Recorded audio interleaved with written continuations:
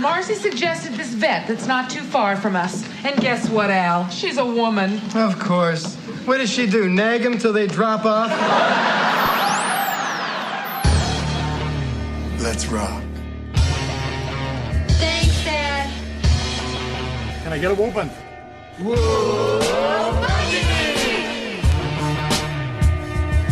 No Man presents, live from the nudie bar, the Married with Children podcast.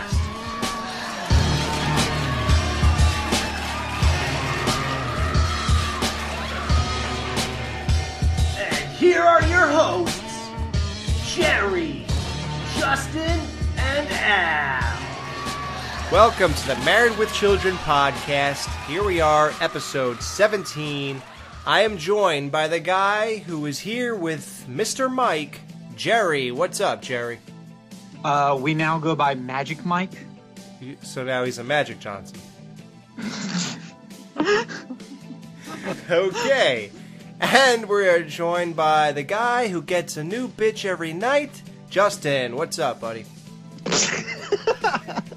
I can't believe they said that. I know. I can't, but that was the funniest too. Oh my god. Yeah, so Y'all thought I was bad last episode. Look at you two. I'm just quoting Al. I'm not saying anything. It is true. He is just quoting Al. Yeah. So this episode is called Buck Can Do It. And boy, he certainly can, apparently. This aired October 11th, 1987. Peg insists Al have Buck neutered. Buck is running around town because there's a hole in the fence, and he's getting a bunch of dogs impregnated, and it's become a serious problem and has to be taken care of. I know we sometimes speculate on like the layout of the Bundy's house, but where exactly is this fence at? Bella is killed in the backyard, and she got in through the fence from the hole she chewed into it. Oh. Well, you know, originally I remember in that episode I said, yeah, guys, remember about that hole in the fence because it's going to go important. And I was thinking about this episode, but in this episode they actually gave a different explanation. Now listen, you're always complaining I don't get you food, so I got you ribs. Now I want you to do something for me you've been promising for a long time. What's that you say, Peg? I'm sorry, it's just this darn headache. Not that. I meant something that would require movement on your part. I want you to fix the back fence. Wait a second, Peg. Why should I have to fix it? It wasn't me who said, let's get a picture of your mother leaning up against the fence. It wasn't meant to support a 200-pound woman with a keg under each arm. It made a nice picture, Al. So now I'm like, well, I guess I was wrong, which won't be the first correction I make in this episode because I said something last episode I have to slightly correct. Huh. Yeah. Because Bella chewed a hole through the fence about the size of a human face. Yeah, and I remembered that Buck was getting through a hole in the fence in a later episode to go hit up all the neighborhood puppies.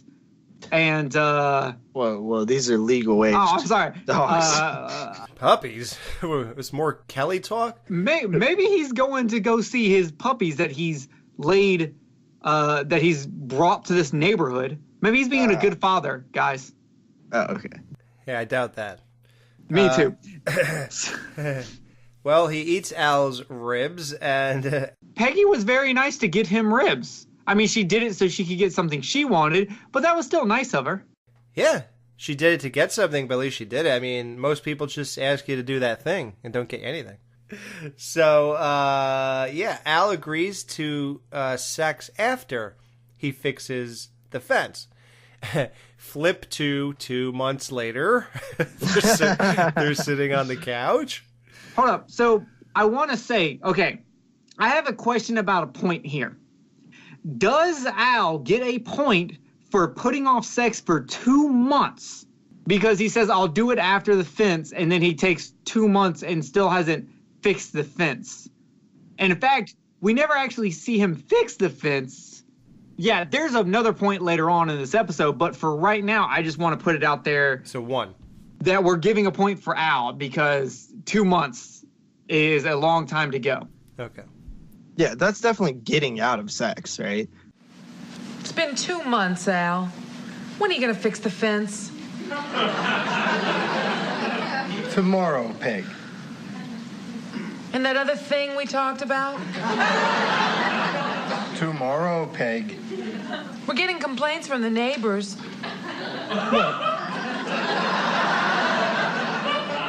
Are we bringing down the block's average? We'd bring down the average at a nursing home. Look, I'm talking about the fence. Remember how you said Buck couldn't find his way out? Well, he found his way out, and he has knocked up every dog in the neighborhood. But that's ridiculous, Peg. He's a lifeless lump. We had 2 kids. Then my work is done. Well, I'm sure he didn't learn anything from you, but they're blaming us anyway. How about when, we talked many times, because it's so memorable, Steve walking in and Al's A Nightmare on Elm Street and saying, Al, I'm horny. What are you going to do about it? Well, we got another nut job who walks in and says, Mr. Pittman. My dog's been soiled, Bundy. I demand satisfaction. Me too. Good luck. Yeah, what kind of weirdo goes into someone's house and says that? Yeah, that sounds like a personal problem. What are you talking about, Pittman? My dog happens to be a champion purebred poodle. I was saving her to be mated with the well-known champion Zeus of Olympus.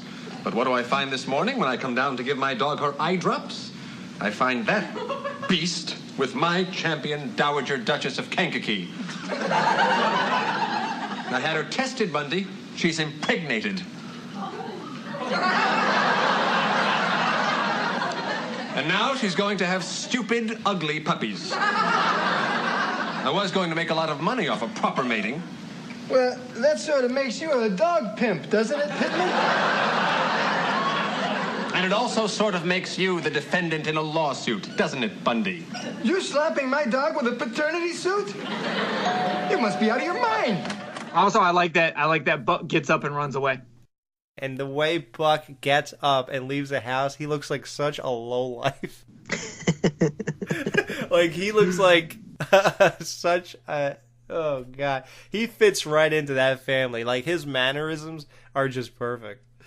Buck got another dog under Marcy's porch pregnant. I mean, I guess, is that when a dog is in heat? Or is that only referred to female dogs? Like, when a guy dog is running around, like, there's no, like, it's going out of style and having sex with every dog around. Is that heat or something? No, that's just a guy being a guy. Oh, okay. Also, but we've got 3 dogs, 1 male and 2 females. The 2 female dogs do way more humping than the male dog. Yeah, but that's just like on your leg and stuff. They don't actually... No, on each other. Oh, they're scissor sisters. Yeah, well, no, but it mounts the dog and then starts humping as if it was a male. They're just disappointed then. All our dogs are fixed, so I'm assuming to them it's just like a dominant thing. Oh, okay. As I was under our house witnessing the miracle of birth, it occurred to me that this whole despicable episode could have been avoided if owners would only have their pets spayed or neutered. Well, that's an idea, Al. We could spay or neuter Buck. Not a chance. Look, I'll just fix the fence, okay? Oh, I don't think that'll help much, Al. You know what they say. How are you going to keep them down on the farm after they've poked Paris? You'll be hearing from my lawyer.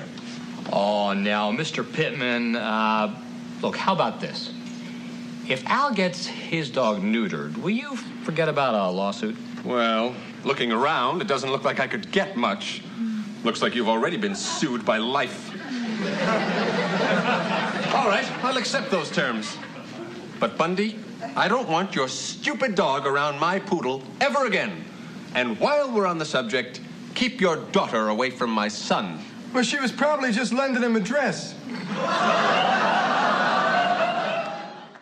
And Al, says, this is ridiculous. We don't know if Buck is doing anything until I see it with my own eyes. I'm not going to even believe this.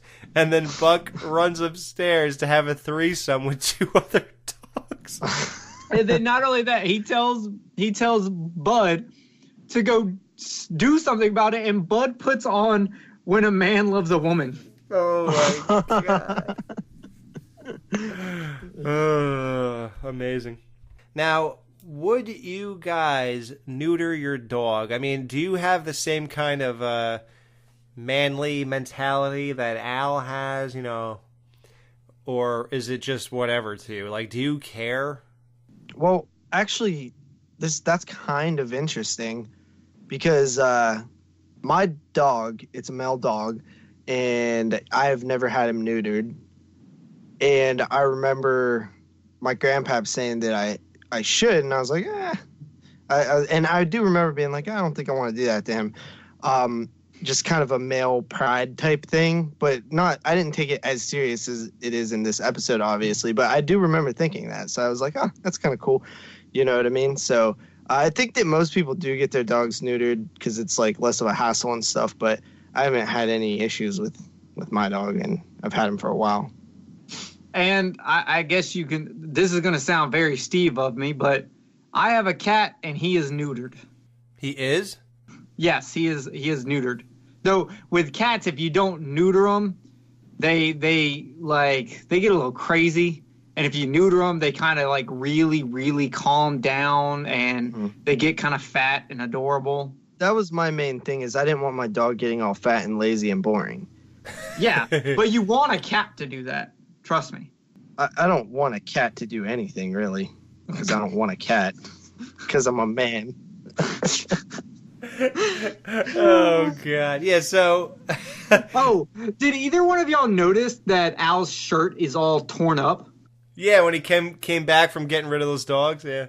There was a line of dogs. Now, I didn't notice it then. I didn't actually notice it until... I didn't notice it until, well into, a couple of jokes past that. There's a shot of him on the side where his sleeve's all jacked up, and I'm like, what's wrong with his shirt? And at first I didn't understand it. Yeah, I had to go back and be like, what did I miss? You know what? I did the same thing. I somehow missed it too, and I had to go back. Justin, did you notice it? No. We talk about how jokes in this show, sometimes we can't believe they made that. When he goes, cutting off his junk will make him a thing, a girl, I was just like, wow, that is not a joke that I think you could get away with today. Oh, of course, you couldn't get away with half these jokes anymore. That's why they're so great. People are too sensitive now. Yeah, so I don't know. As far as I go, if I bonded with my dog and all that, and I looked into his face and thought of, that part of it, it's like taking away one of my favorite parts of life, and I'm going to do that to my dog now. I'm such a jerk in a way that I just don't want to deal with any hassle in life. Whatever is the least problems for me is the route I take half the time. Wait, can't dogs get vasectomies? I mean, do they have to get neutered? Even if you, our dog Bear, he still gets a red rocket. He still gets out there and hangs. He doesn't have balls, but he still pushes that thing out. Why do they remove the balls, though? Why couldn't they just... Because the balls removes... Because without the balls, there's no semen. They can still perform sex. They just, like Hugh Hefner, and just poof at the end. Oh, they can. Yeah, they can still have sex. They still get the feeling. They just don't produce the liquid. So Steve crosses his legs to sit down on the couch and discuss removal of balls from a dog. Now, do either of you sit like that? I do, and I was actually going to ask y'all the same thing, because I sit like that. That's how I normally sit. Really?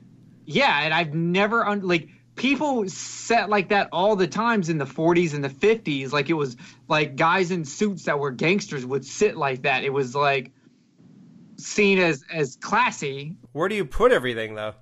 I'm crossing the leg, knee over knee. All that stuff's still in the same exact spot. It's just now beside my leg and under the other leg. It's not like crushed or anything like that. It's like literally. Try it right now, Alex. All right, let me try. Hold on. Ow! Dude, this does not work like you said. Hold on, let me try the other leg. Ah! Ah! I don't know, man. It's not working the same. I think I have to sit like a guy. Justin, I'm assuming you don't sit like that either. Nah. You're just batting 1,000 tonight. I'm working on it. They're not. You know, I can't believe you're not with me on this thing, Steve. I mean, you, me, and Buck, we're guys. We were put on this earth to roam, to conquer, to rule. Then we got married, so it's over for us. But Buck, he's in his prime. Look at him, Steve. You can't tell me you're not a little envious. He's got the life. A new bitch every night. Doesn't have to take him to dinner. Doesn't have to dress up. He doesn't have to take a bath. And best of all, they're not there in the morning. Just woof, woof, thank you, ma'am. Think about it, Steve. Well, I really don't mind bathing, Al. Other than that, he's everything I've ever wanted to be. And be like me, Steve. Live through him. You saw that little poodle he was with? How was she? What am I saying? This is a dog. Al figures that his one last, way out of getting this done is he goes to Bud and he says, Bud, because this is officially Bud's dog. So Bud has final say for some reason. And he says to Bud, would you let us neuter Buck? And he goes, I don't care. And he goes upstairs. Like, that is like the perfect response. And did you guys notice who Bud had no interaction with, and actually nobody had any interaction with here? Kelly? Kelly. I didn't notice that at the time. Yep, she was not in this episode. Well, it may surprise you, Al, but some feel that responsibility should be shared equally. Right, Steve? Right, dear? And some men even feel it's their duty to assume the role of family planner. Right, Steve? Right, dear? And after we have our little boy and little girl, Steve's going to have a vasectomy. Right, Steve? Steve is going to have what, dear? You know, Steve, like Buck, you'll live longer, you'll be calmer. Shut up, Al. Dear, we never talked about doing anything to Mr. Mike.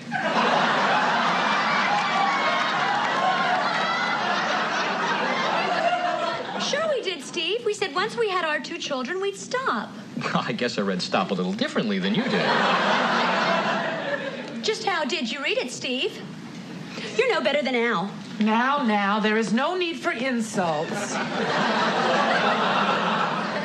Look, Marcy, all you have to do is take a pill. The pill could be dangerous, Steve. So could I if you try to rewire my plumbing. This is just great. Buck's keeping his and Steve's losing his. Buck is not keeping his. And Steve is not losing his. Well, we'll see about that. I gotta ask. If your woman comes up to you and says you're getting a vasectomy, I'm like, no. I don't think it's necessary. So I would say, nah, I'm good. Nah, I'm good as well. Yeah, I mean, I'm 37 and I never got a girl pregnant on purpose or accident. So why would I need that now? Hey, like, do you guys know the procedure for neutering a dog? I mean, does a woman really just, like, nag them till they fall off?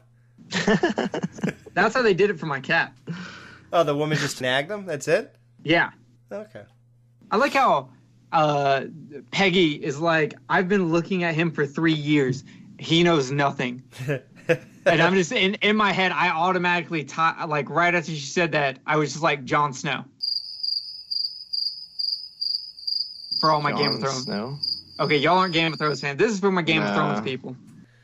Oh, man, you always try to crowbar that in here. Yeah, it's like you with Sons of Anarchy. Hey, shut up. At least she's on the show. Yeah, that actually is relevant. Yeah, you with your Game of Thrones. I don't just spring up What else do I like? Bates Motel every show. Well, here we go. Al wants to spend the last night with his entire dog. I know.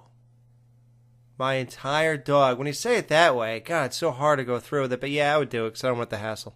I like the dream sequence here. Also, in in the last episode, we had the joke of twice of him coming home to no one and him saying, "Don't rush me." It happened at the beginning of this episode also, and then it happens again in this dream sequence.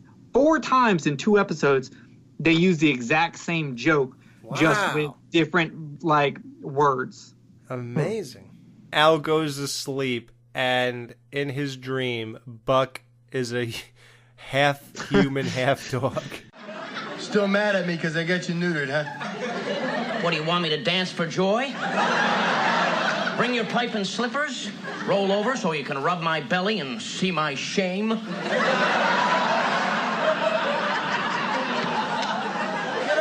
I thought you were supposed to be more affectionate. Yeah, right. Why don't you poke my eyes out? Maybe that'd do it. Yeah, not this year, honey. Oh, come on, Buck. You can't just sit around feeling sorry for yourself. Hey, what do you say we go for a walk? I hear they painted the big hydrant at the end of the corner. Nah, a lot of the male dogs hang out there. Come on, Buck. Don't you think I feel bad enough? No. Well, what can I do to make it up to you? I know. How about a shiny new collar?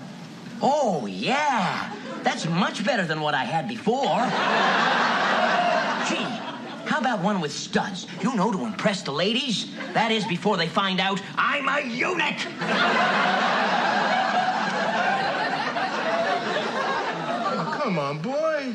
Keep your hands off me. You're a little testy, aren't you, boy?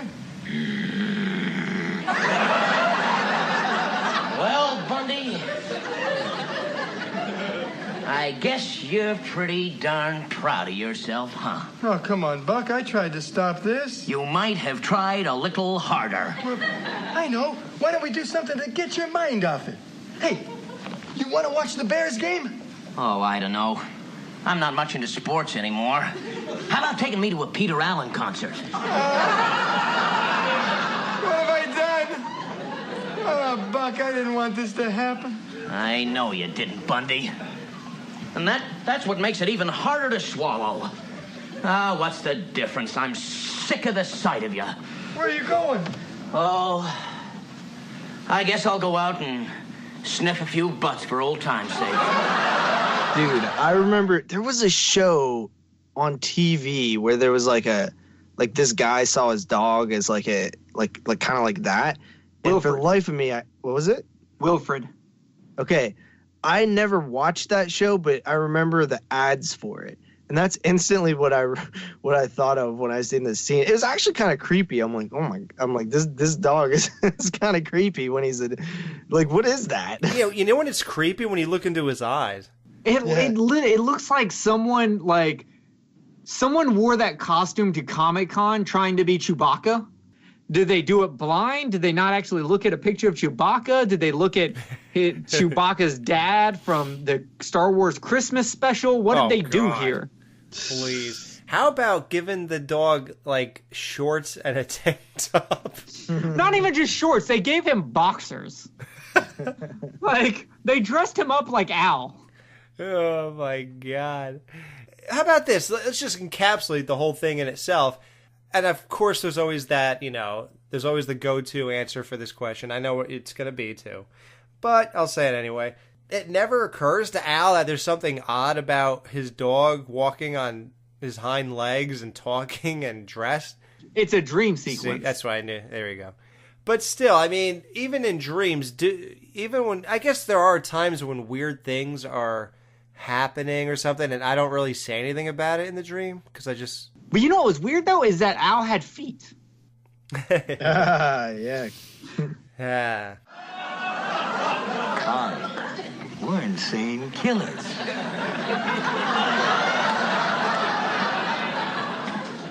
Sick 'em, Buck. Buck! Oh, Buck! Extra yummy! I said in the last episode that the guy who played Buck, who was in the Buck suit, Derek McGrath, was in Stand By Me. Actually, it was the who played Leatherface, Dick Durock, who was in Stand By Me. He was Bill Travis in Stand By Me. He also played Swamp Thing in the movie and the TV show. He was the guy in costume for the Swamp Thing. Wes Craven's Swamp Thing? Yes. How come they didn't give credit to who played Jason in this one? I looked. I could not find it. I have no. I looked on IMDb, could not find it because I actually wanted to know who played Buck because I thought he was really funny, and he's done a lot of TV, but none of it I've seen.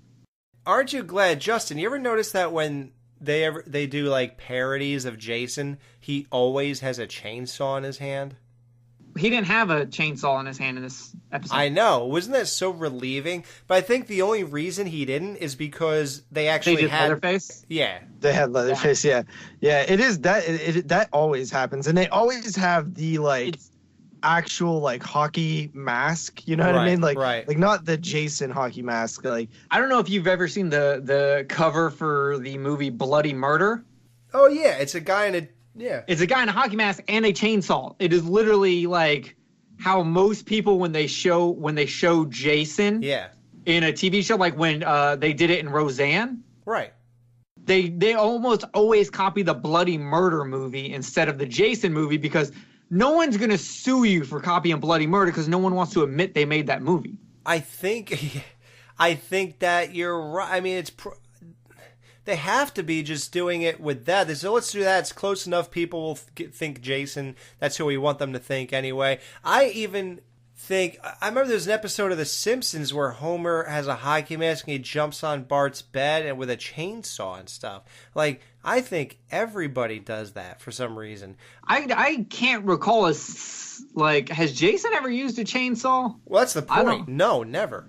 So maybe they do it because that will make it to where there's not a possibility of them getting sued because if they had a guy in a hockey mask with a machete, that might be too close to copyright infringement. But if they give him a chainsaw, they can be like, no, Jason's never used a chainsaw. Right. Well, they did it here. They had Jason with a machete. That's awesome.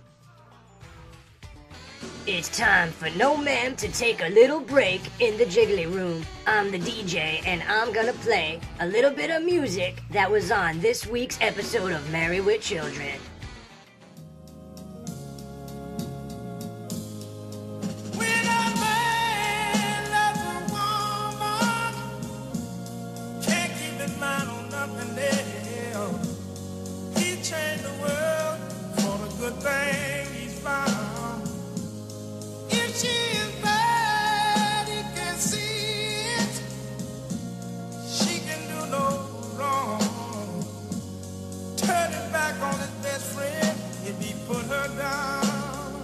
So when this dream sequence is over and we assume that Jason and Leatherface kill Al Bundy, Al wakes up or whatever, it's the next day or whatever, and, Buck has that 10 o'clock appointment on Saturday. They're about to take him. Buck looks at Al and talks to him telepathically or something. I don't even know. This is the first time, because we do have this happen more in the show where you hear Buck. Right. This is the first instance of that and I wasn't 100% sure if this is the first of that happening or if this is in Al's head or was this just a one-time joke that then inspired them to have Buck talk? Well, I don't know about that. Yeah, we should have kept track if Buck ever talked. Well, no, he does talk later on in the series. No, I know, but before this, I mean. No, he's never talked before this. Okay, well then, yeah, that must be what this is, because it definitely inspired, because this is not even Buck's voice, and it's the voice of the guy who just got done playing him in the dream. Mm-hmm. Just take him down. I'll go get his leash. You know what you have to do.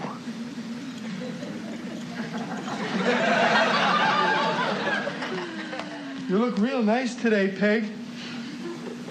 Thanks, Al. Want to go upstairs? For what? It Peg. I'm in the mood. Oh, let's go. Oh, you can always take Buck next weekend. That is, unless you're busy next weekend. Go on upstairs, Peg. I'll be right up.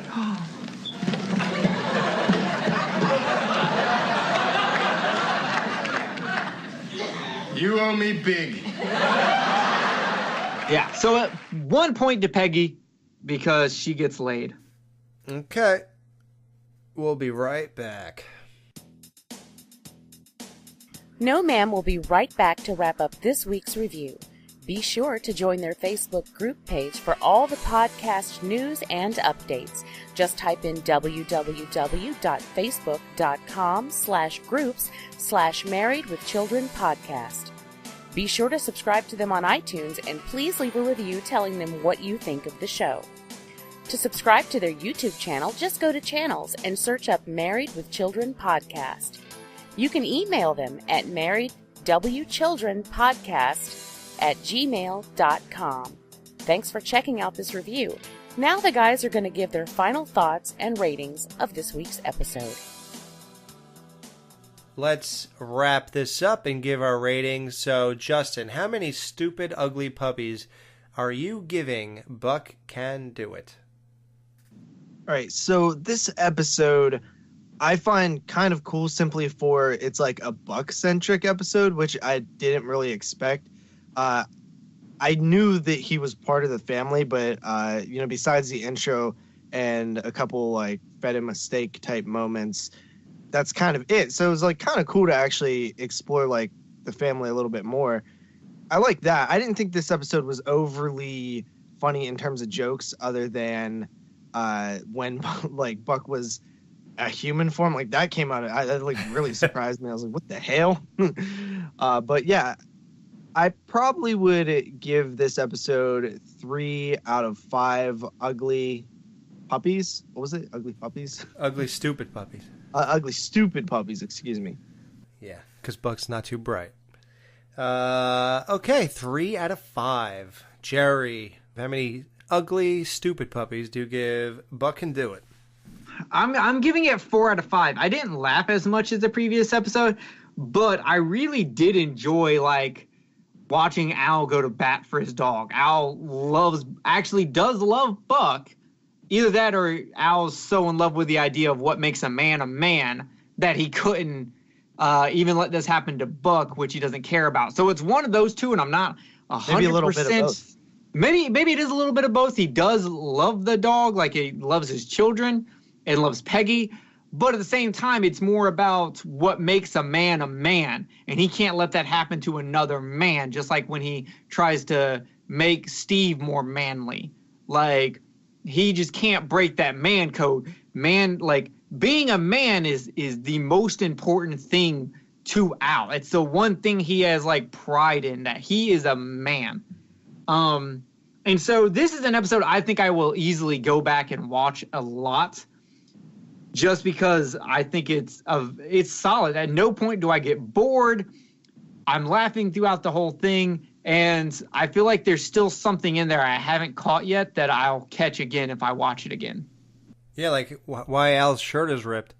Yeah, exactly. Like, so 4 out of 5, I definitely would go back and rewatch this for sure. Yeah. This, to me, is super strong. Great concept for an episode, something you just wouldn't see on TV. People would think it's too risque and, all the jokes, sexual jokes and stuff like that. It would just be too much. And I'm sure it couldn't even happen now. It was almost like, man, this show, lightning struck right at the right time. Really great. One of the most memorable scenes ever. Although not every joke had me rolling on the floor laughing, I do appreciate about four lines or so from Buck as a human in that dream. And they were all really good. I think the guy who played him did good. Al talking to him was good. When he was like, come on, Buck, I didn't want to do this. He goes, oh, I know you didn't, Bundy. That's what really grinds my gears the most. Or so, I don't know what he said. But I tried. You should have tried harder. Yeah, well, you might have tried a little harder. Yeah, I mean, it's just a great experience. Even just thinking about it, talking about it, it's just really great. So to me, this is right in there with the start of the golden years. This is the reason that this show gets great, and it's a 4 out of 5 to me. So I am way into Buck Can Do It. Good episode. All right, guys, before we sign out of here and I tell you what episode to look out for next week, we just want to officially welcome the Married with Children podcast research and development team, because we have 2 really big Married with Children fans who took a liking to the show, thank God. I mean, the worst thing in the world is for Married with Children fans to hate this. That's bad if that happens. But so they like the podcast and they want to contribute. As you heard 2 shows ago on the Poppy by the Tree show, Annabelle Whitford dropped a voicemail to us. You know, she has those Married with Children sites she's running. She runs the Facebook group pages, and she had, you know, a lot of things she has. And she's like an encyclopedia of Married with Children. And she's offered to be on the research and development team that we started in season 2. And she gives us, you know, inside information we don't know about, you know, script changes, you know, things like that, things that happen historically on the show. She knows a lot about like interviews that talked about certain episodes. Actually, herself and the guy who emailed us on our big season 1 wrap-up show, Joshua Lockery, he is also going to be making contributions of information to the show that we will talk about on this podcast in the future. The both of them, we just want to thank them and welcome them to the Married with Children podcast research and development team. So guys, thank you for all your contributions in the past and in the future. We're not doing the show from the Jiggly Room next week, and review the episodes Girls Just Want to Have Fun part 1 and 2. So it's a 2-part episode that we're doing just like we did Poppies by the Tree. We're going to bang them out in one show, one big show. So that's really weird, guys. We're going to finally do a show out of the Jiggly Room. What do you think of that? I'm so excited. I mean, I guess it's cool, you know, going to a male strip club. I mean, it's whatever, you know. Oh, this will be my second show outside of the Jiggly Room, but... Oh, yeah, I got a question for you. In Canada, do they actually have, like, Mercedes with hookers that are dressed up like college students? Oh, yes, they do. Oh, man.